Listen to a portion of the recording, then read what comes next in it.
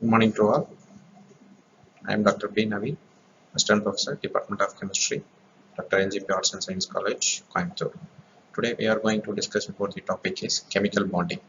What is chemical bonding? Okay, so in this video we are going to see what are the topics we are going to discuss. Okay, what is chemical bonding? Then discuss what are the types of bonding and what are the factors affecting ionic bonding and the examples for chemical bonding. First, chemical bonding. Chemical bonding refers to the formation of chemical bond between two or more atoms or molecules or ions to give rise to a chemical compound. How the chemical bonding, so any of the atoms between two atoms or between two molecules or between two ions, between the two atoms, so bond is formation is that is called as a chemical bonding. Even it is an atoms, it is an molecules, or it will be an ions, but there will be a between the two atoms that is called as a chemical bonding. So these chemical bonds are what keep the atoms together in the resulting compound. So here in just you see in the example for chemical bonding is CH4. So here in the hydrogen ions will be sharing the electrons to the carbon to form a chemical bond between the carbon and the hydrogen. That is called the chemical bonding. Then there will be a various types of chemical bonding are there. That is ionic bond, covalent bond, hydrogen bonds, and metallic bonds. From these four types of chemical bonding, first two, that is ionic and covalent bonds, are very much important for the chemical bonding. So because these two bonds are very much important to formation of new type of atoms between the atoms or molecules. So we are going to see one by one. First one is ionic bond. So first ionic bond. In ionic bond, atom transfer electrons to each other. So electrons. So generally, just we will compare with ionic bond with the covalent bond. So ionic bond, just we will compare. Okay. So ionic bond means it will be an they having one electron donor and one electron acceptor. That is one positive ion, one negative ion. Whereas we going for a covalent bond, they are mutual sharing of electrons. Okay. So this is the just simple differentiation between the ionic bonding and the covalent bond. So in ionic bond requires at least one electron donor and one electron acceptor. That is one positive charge and one negative charge. So they are sharing with the electrons to form a ionic bond. In contrast, atom with the same electronegativity to share electrons in covalent bond, because neither atom preferentially attracts or repels the shared pair of electrons. So it will be attracts or repels. That is the thing what we have discussed. That is electron donor or electron acceptor. So that is the thing. Okay, so ionic bond means you have to keep the things is one positive and one negative charge. That is one electron donor and one electron acceptor. Then ionic bond is the complete transfer of valence electrons between the atoms. So generally any one of the atoms or any molecules, the electrons will be transferring. So that is you know very well about the subshells, the KL, these are these, yes, these are the subshells. Okay, so in outermost electron we are telling that the sharing of valence electrons. So valence electrons means outermost of the shell. There will be a number of types of shells are there. So outermost shell having the valence electrons. Okay, so that the electrons will be sharing the electrons to form a new type of ionic bond or chemical bond. So it is a type of chemical bond to generate two oppositely charged ions. For example, we are taking one donor, one acceptor, means they will sharing the electrons by the valence electrons. That means in the outermost shell. Okay. Then in this slide, the ionic bonds, the metal loses the electrons to become a positively charged ion. So one of the electron, for example, generally metal will be having a electron. So for example, we are in ionic bond, we are taken as example as sodium chloride. So it will be Na plus Cl minus. So how we are getting as a Na plus means they are losing one electron from sodium, it will act as a Na plus, whereas Cl minus it will be accept the electron to become as a negative charged ion. So here they were sharing. So Na plus means positive ion, Cl minus means negative ion.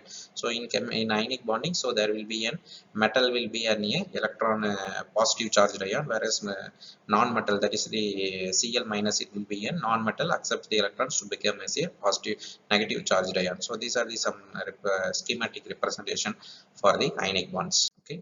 So for example, I think we have discussed about the sodium chloride. We have told about the sodium chloride. So sodium chloride is the best example for ionic compound. So it will be so it will tell us it as another name for sodium chloride is rock salt. So it will be naturally occurs as a white crystals. So it is extracted from mineral from halite or evaporation of seawater.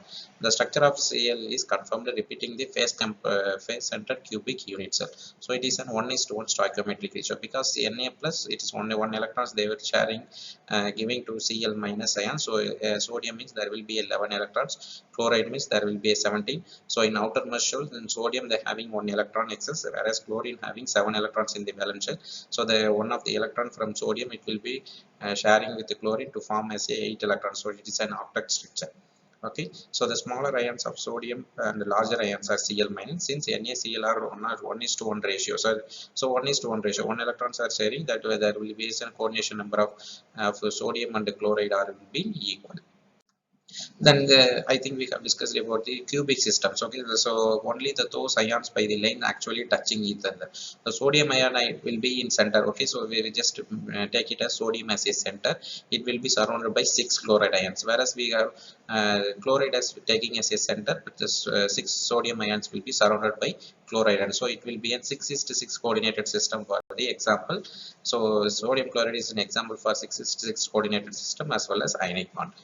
Then so there will be we are telling about the ionic bond. So there will be some factors affecting the ionic bond. So we are telling that the electron will be transferring positive charge, negative charge. So okay, so what are the main factors they are influencing? Means first one is ionization energy, next one is electron affinity, then lattice energy. So these are the main important factors which will be affecting the uh, ionic bond. So first one is this the ionization energy. So they will loses the electron to form as a positive charge. So for example, we are taking as a sodium chloride as an example. So the one of the ions will be sharing the electrons, okay, to the chloride ions. They become as a positive. So that is the ionization energy. Next one is electron affinity. They, for example, in Na plus will be a positive charge, so they lose the electron. Then the electron affinity means they accept the electrons to form as a negative charge. So these the two are the some similar one.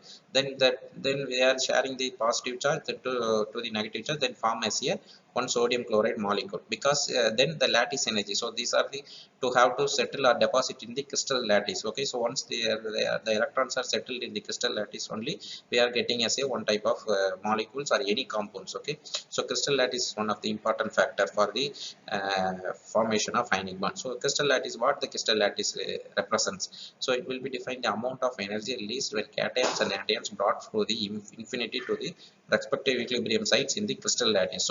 So one of the cations and anions, so that is the ionic bond. No, so these two are sharing the electrons to form as a one more ionic compound. Then the higher lattice energy is greater the condensation of the formation of.